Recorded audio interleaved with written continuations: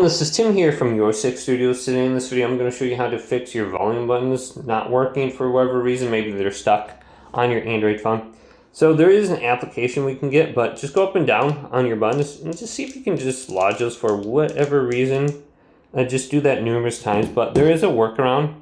Go to the Google Play Store right here, go to search and type in button mapper and get this application right here, button mapper. Remap your keys. Open this up. Now accept the permissions and give your app permission to run in the background. Just select it on the bottom here somewhere and go to installed apps and allow button map to work in the background.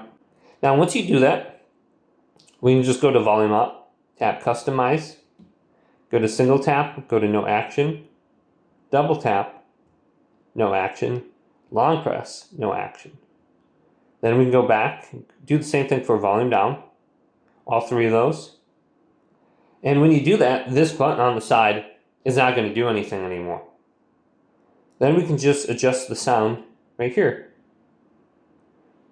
So it becomes very easy to do. You might need to go to settings, go to sound and vibrations, and then you can go to system sounds, and you should be able to just adjust it under here as well.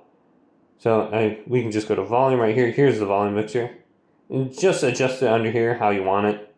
And then the side button here won't work anymore.